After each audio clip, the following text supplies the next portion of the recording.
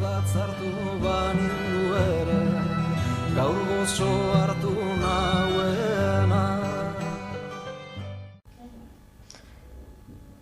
Katxalinek txukun edukitzen zituen beti bere etxea eta bere baratzea, eta ez zion inori bere barazkirik jaten uzten. Goiz batez, soinu zen batek esnatu zuen, danba, danba, danba, eta leihotik kanpora begiratzean, zer ikusiko eta? Erraldoi bat, bere etxearen ondoan, bizileku trakets bat eraikitzen, eta erraldoiak Bartolo zuen izena, eta irribartsu txikoria hura hartzera gonbidatu zuen Katxalin. Puf txikoria, esan zuen Katalinek. Horrei bai belar nazkagarria. Katxalinen lanean igaro zuen uda osoa eta Bartolo jolasean.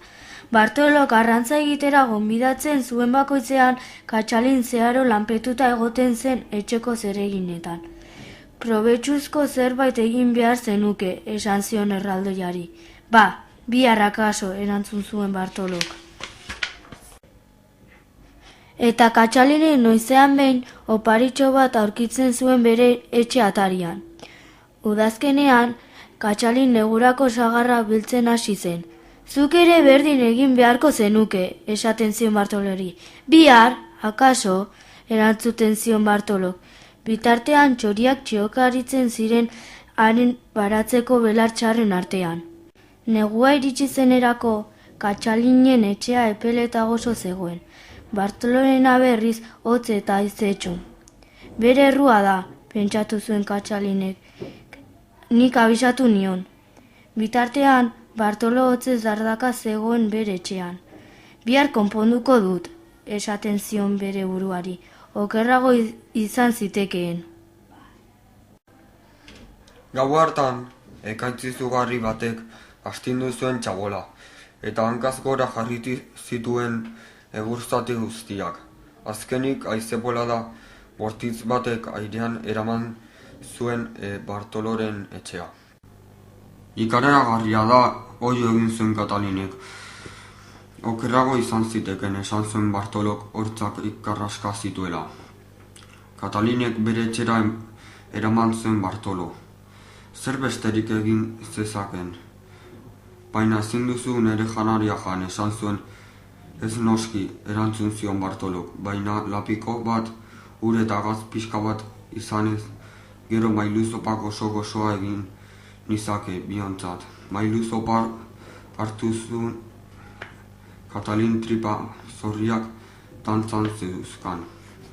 Lapiko bat zutan jarri eta gaz pixka bat bota zion.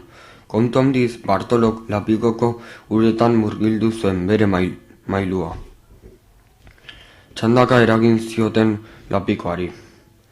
Baina Katalinek sopa destatu zuenean, puf, esan zuen.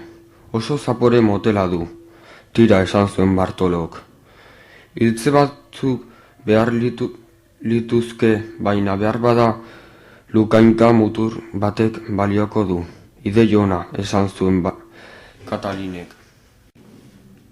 Zopari lukainka gehitu eta berriro dastatu zuen. Urtsuegia iruditu zitzaion. Pena da ez dudala torlojurik ekarri, esan zuen Bartolok. Baina agian azenario batzuek balioko dute. Katalin ziztu bizian jaitsi zen sotora eta barazki pila bat ekarri zuen handik.